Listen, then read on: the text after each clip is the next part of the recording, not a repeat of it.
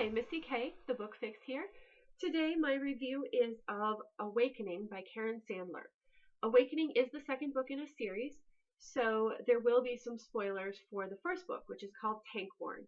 I do highly recommend Tankborn.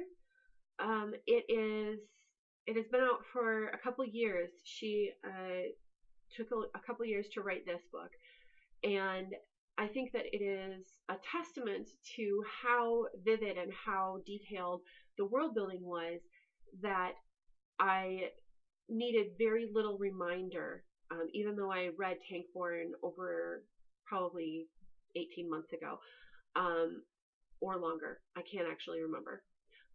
That I still, I required very little reminding or review of the world. I just jumped right into it, and I remembered a lot of things because the world building was so vivid and so detailed, and I just remembered things.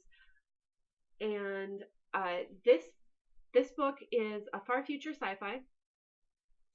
It's on a foreign planet where very little is remembered about life on Earth or anything like that. There's lots of high tech, including the ability to genetically engineer people.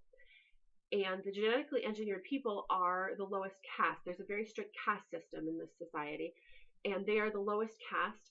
And Tankborn was about one of these gens, as they're called, genetically engineered non-humans, because they're actually considered non-humans because they're genetically engineered.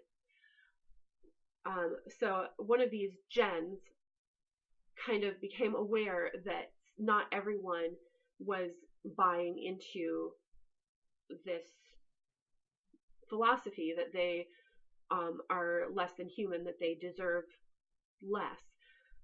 Even those who are trueborn, which is the higher caste, obviously, they're the people who aren't genetically engineered at all.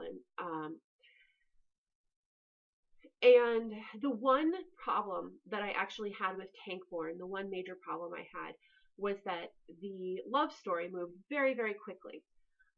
It wasn't so much that they just met. There was time. So it wasn't really insta love, but there was a lot. Hi, Thursday. But there was a lot separating them because the guy was a high status trueborn, so highest caste, and she was a gen, lowest caste. So there was a lot for them to get past, and they just sort of fell in love very quickly and decided that it didn't matter. Well, this book does fix that to a very large degree. They're not spending so much time together, and they're starting to have lots of doubts, and they do end up kind of deciding that they just can't get past the differences between them, even if they wish they could. Stop distracting, Thursday, huh? And so Kayla is working full-time in the kinship, which is the underground movement for Gen Right. And she is doing all kinds of things, learning all of this stuff about what the movement is actually looking like, as opposed to just the theory. And not everything is perfect inside the underground movement either. And to make matters worse, there's this plague that is only affecting gens. And of course, one of the advantages of being a gen was always that you had super healing abilities. So now there's this plague that the gens can't heal. Their bodies can't heal. So gens are dying for no good reason. And what is happening? It's a pretty entertaining book, and like I said, the world building is outstanding, and I didn't have the problems with relationships that I had in the first book. So I highly recommend this series, and this book just improves on the first one.